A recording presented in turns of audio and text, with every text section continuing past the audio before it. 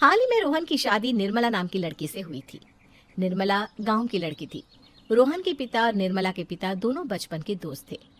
उन्होंने बचपन में ही एक दूसरे से वादा कर लिया था कि दोनों बच्चों के बड़े होते ही उनकी शादी करवा देंगे। इसलिए वादे के अनुसार रोहन के पिता निर्मला को अपनी बहू बनाकर घर ले आते हैं। निर्मला अपने साथ अपनी गाय भी लेकर आ जाती है और उसे घर के आंगन में बांध देती है। अरे ये क्या माँ, भाभी तो गाय भी लेकर आई है हमारे घर में। अभी घर में गाय बंधी देखकर आस पड़ोस के लोग तो हमारा मजाक उड़ाएंगे ना। हाँ बेटा, तू ठीक कहती है, लेकिन क्या करूं मैं, तू तो जानती है तेरे पिता किसी की नहीं सुनते हैं। अरे ये क्या निर्मला, तुम अपने साथ गाय क्यों लेकर आई हो? आपके शहर में पैकेट वाला मिलावटी दूध मिलता है ना, लेकिन मुझे तो रोज ताजा दूध पीने की आदत है। गाय लाकर मैंने ना बहुत अच्छा किया है। अब हम सब रोज ना गाय का ताजा ताजा दूध पियेंगे। अरे ये सब तो ठीक है, लेकिन तुम ध्यान रखना कि तुम्हारी गाय की वजह से आस पड़ोस के लोगों को कोई तकलीफ ना हो। हाँ हाँ, मैं सब देख लूंगी, आप चिंता ना करें। कुछ दिन बीत जाते हैं। फिर एक दिन, चल बहू, आज हमें बाजार से सब्जी खरीदने जाना है। उसके बाद सुनीता निर्मला को बाजार में ले जाती है। सब्जी के महंगे दाम देखकर निर्मला के तो होश उड़ जाते हैं। ये क्या माँ जी, 1000 रुपए की सब्जी, ये तो बहुत ही ज्यादा है। अब क्या करे बहू, शहर का तो यही हाल है। ना ना ना, मैं इस तरह पैसों की बर्बादी बर्दाश्त नहीं कर सकती। अब से ना हम इस बाजार से सब्जी नहीं खरीदेंगे। हाँ। फिर अगले दिन निर्मला घर के आंगन की मिट्टी खोद कर वहाँ तरह तरह की सब्जियां लगा देती है। अरे काव्या, तेरी भाभी तो बहुत अजीब है, उसने तेरे पूरे आंगन को खेत बना कर रख दिया। मेरी समझ में नहीं आता तुम लोग इस लड़की को कहाँ से पकड़ कर लाए हो। अरे सब मेरे पिताजी का किया धरा है। सालों पहले अपने दोस्त से किए वादे के चलते उन्होंने उस गवार को हमारे गले बांध दिया। अरे तेरी भाभी सच में एक नंबर की गंवार है। उसे तो ढंग के कपड़े पहनने तक नहीं आते, ऊपर से उसने तेरे घर को गांव का तबेला बनाकर रख दिया है। उन औरतों की बातें सुनकर काव्या को बहुत बुरा लगता है। फिर वो अपने भाई रोहन से इस बात की शिकायत करने लगती है। रोहन निर्मला को समझाने की बहुत कोशिश करता है, लेकिन निर्मला के आगे उसकी एक नहीं चलती। फिर एक दिन रोहन निर्मला को एक शादी में ले जाता है। सभी मेहमान खाना खाने में व्यस्त थे।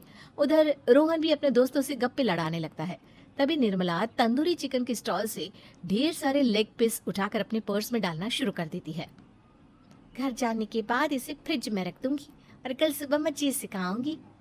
फिर खाना खाने के बाद दोनों पति पत्नी वहां से जाने लगते हैं, लेकिन तभी दुल्हन का भाई उन्हें रोक लेता है। अरे ये सब क्या है? मैंने यहाँ खाना खाने के लिए सबको बुलाया था, खाना चोरी करने के लिए नहीं। तुमने पर्स में जो चिकन के लेग पीस छुपा रखे ना, चलो बाहर निकालो उन्हें। दुल्हन का भाई फौरन निर्मला से पर्स छीनकर सारे लेग पीस बाहर निकाल लेता है। मैंने इतना खर्चा करके खाने पीने का इंतजाम किया है और तुम हो कि यहाँ से खाना चोरी करके ले जा रही हो? शर्म आनी चाहिए तुम्हें। वहाँ मौजूद सभी लोग निर्मला को भला बुरा कहने लगते हैं। अपनी बेइज्जती होते देख रोहन दुल्हन के भाई से माफी मांगकर निर्मला को घर ले आता है। निर्मला, आज तुमने सबके सामने मेरी नाक कटवा दी। आखिर तुम्हें चिकन के पीस चुराने की जरूरत क्या थी? मुझे माफ कर दीजिए रोहन जी। दरअसल ना, हमारे गांव में जब भी शादी होती थी तब मैं और मेरी सहेलियां इसी तरह शादी से ढेर सारा खाना लेकर आते थे। मुझे नहीं पता था कि मेरी इस गलती से आपकी इतनी बेइज्जती हो जाएगी। मुझे माफ कर दीजिए, आज के बाद ऐसी गलती कभी ना करेंगे। इतना कहकर निर्मला रोने लगती है। निर्मला को रोते देख रोहन का दिल पिघल जाता है और उसे माफ करके गले लगा लेता है।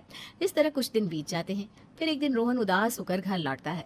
रोहन के कपड़े बुरी तरह फटे हुए थे। अरे बेटा, ये सब क्या है? किसी के साथ मारा पीटी हो गई है क्या? नहीं माँ, आज हमारी जिंदगी का सबसे बुरा दिन है। म्युनिसिपालिटी वालों ने हमारी दुकान तोड़ दी। आज से हमारी आमदनी पूरी तरह बंद हो गई। हे भगवान, हमने तो किस्त पर ढेर सारा सामान ले रखा है। अब हम सारे सामान की किस्त कैसे चुकाएंगे? मेरी तो सोचने समझने की शक्ति ही खत्म हो गई। पता नहीं आगे हमें और कितनी मुसीबत झेलनी पड़ेगी। आप सबको ना चिंता करने की जरूरत ना है, मैं सब ठीक कर दूंगी। तो कहना क्या चाहती है बहू? हम ना बोल कर नहीं बल्कि करके दिखाएंगे। हाँ। उसके बाद निर्मला अपने पिता को फोन करके गांव से 5 गाय मंगवा लेती है और फिर अगले दिन निर्मला सभी गायों का दूध निकाल कर बड़े बर्तन में भर लेती है। तुम ये सब क्या कर रही हो निर्मला? मेरी तो कुछ समझ में नहीं आ रहा। हम ना इन गायों का दूध बेचने जा रहे हैं, उसके बाद हमारी पैसों की समस्या खत्म हो जाएगी। हे भगवान, बस यही दिन देखना बाकी रह गया था। भाभी दूध वाली बनकर दूध बेचेंगी तो मोहल्ले में इज्जत क्या रहेगी हमारी। सभी लोग हमें तरह तरह के ताने मारेंगे। आप ना ऐसी बेकार की बातें ना करो काव्या जी। जब जेब का पैसा और पेट की रोटी छिन जाती है तो इंसान पहले अपने और अपने परिवार के बारे में सोचता है। और वैसे भी जिस काम से हमारा घर चले उसकी कभी ना बुराई नहीं करनी चाहिए। फिर निर्मला दूध के 2 बड़े बर्तन साइकिल के दोनों तरफ लटकाकर मोहल्ले में घूमने लगती है। दूध ले लो, दूध, गाय का ताजा ताजा दूध ले लो, बिना मिलावट का शुद्ध दूध ले लो, चलो चलो आओ भाई जल्दी ले लो। तभी निर्मला के पास कुछ औरतें आती हैं। अरे तुम तो सुनीता की बहू हो ना, तुम इस तरह सड़क पर दूध क्यों बेच रही हो? निर्मला उन दोनों औरतों को अपने घर के हालातों के बारे में सब बता देती है। देखिए, मैंने ना अभी अभी गाय का ताजा दूध निकाला है। आप सब तो रोज पैकेट का दूध पीती हो, आज गाय का ताजा दूध पी कर देखिए, इसकी ना बात ही कुछ और है। हाँ बहू, मुझे तुम्हारी बात समझ में आ गई। ला, मुझे 2 लीटर दूध दे दो। उस औरत की देखा देखी बाकी औरतें भी निर्मला से दूध खरीदना शुरू कर देती है। थोड़ी ही देर में निर्मला सारा दूध बेचकर ढेर सारे पैसे इकट्ठे कर लेती है। उसके बाद निर्मला घर जाकर सारे पैसे अपनी सास को पकड़ा देती है। अरे बहू, इतने सारे पैसे, सच में तेरा आइडिया तो काम कर गया। अरे माँ जी, आप तो बस देखती जाइए, कुछ ही दिनों में मैं अपने घर की सारी समस्या खत्म कर दूंगी। हाँ।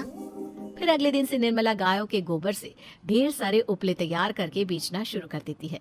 निर्मला को पैसे कमाते देख रोहन के अंदर भी हिम्मत आ जाती है और वो भी दूध बेचने का फैसला करता है। निर्मला के कहने पर उसके पिताजी कुछ और गायों का बंदोबस्त कर देते हैं। इस तरह दोनों पति पत्नी मिलकर दूध बेचना शुरू कर देते हैं। कुछ ही महीनों में उनका दूध का व्यापार खूब फल फूल जाता है। इसके चलते रोहन एक बड़ी दूध की डेयरी भी खोल लेता है।